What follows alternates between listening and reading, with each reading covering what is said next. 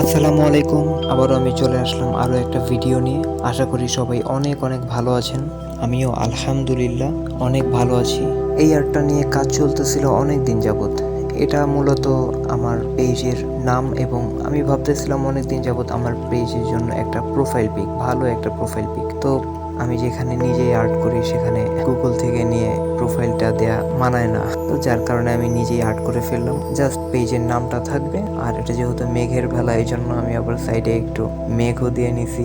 অনেকটা হাস্যকর লাগতেছে, বাট এটা একটা স্টাইল, আপনকা স্টাইলে। তো প্রথমে আমি পেন্সিল স্কেচ করে নিই, জেল পেন দিয়ে এটাকে আরেকটু ক্লিয়ার করি, কারণ রংটা ইউজ করলে অনেক সময় নিচের লেখাটা বোঝা যায় না। পেন্সিলটা ইউজ করে নেওয়ার কারণে এখন লেখাটা দেখা যাচ্ছে।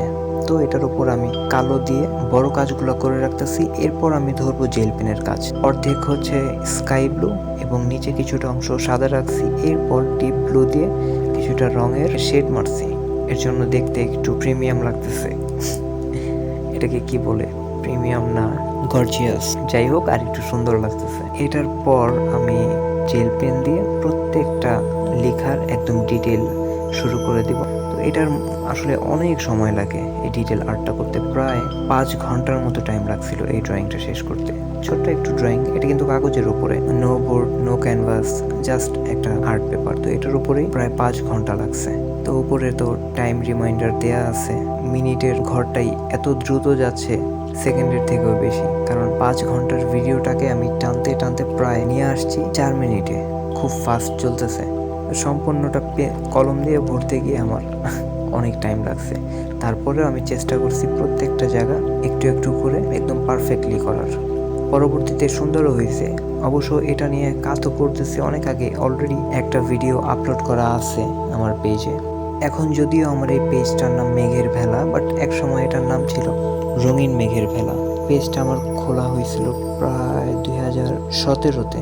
আমি তো আর্ট করি মূলত অনেক আগে থেকে, কিন্তু এখন যেরকম যখন নিজে পার্সোনালি আর্ট করি, চেষ্টা করি মানুষ কিংবা কোনো পশু পাখি অথবা তাদের কোনো শ্যাডো না আঁকার। বাট তখন এই চিন্তাধারাগুলো ছিল না, কারণ ইসলামিক ন্যূনতম নলেজটাও তখন ছিল না। তো যখন ইসলাম সম্পর্কে আরও বিস্তারিতভাবে জানতে পারলাম, বুঝতে পারলাম যে ইসলামে এমন অনেক কিছু আছে যেগুলো হারাম। বাট আমি যেটা দেখছি হারামের সংখ্যা খুব কম, বাট আমরা কী করি, এই গুটি কয়েক হারামকে নিয়েই বাকি সব কিছু করার চেষ্টা করি।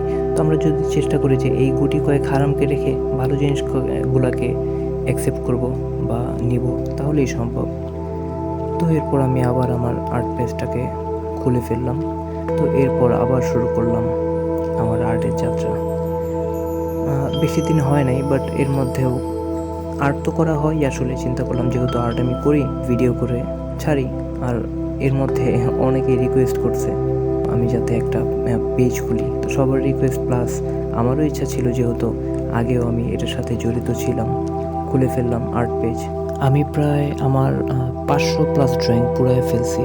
কারণ ছিল একটাই, সেগুলোতে সুন্দর একটা ড্রয়িং, সব কিছুই ঠিক আছে, বাট একটা পাখি আঁকা ছিল, আবার কোনোটাতে মানুষ আঁকা ছিল, কেউ একটা মেয়ে হয়তো দোলনা খাইতেছে।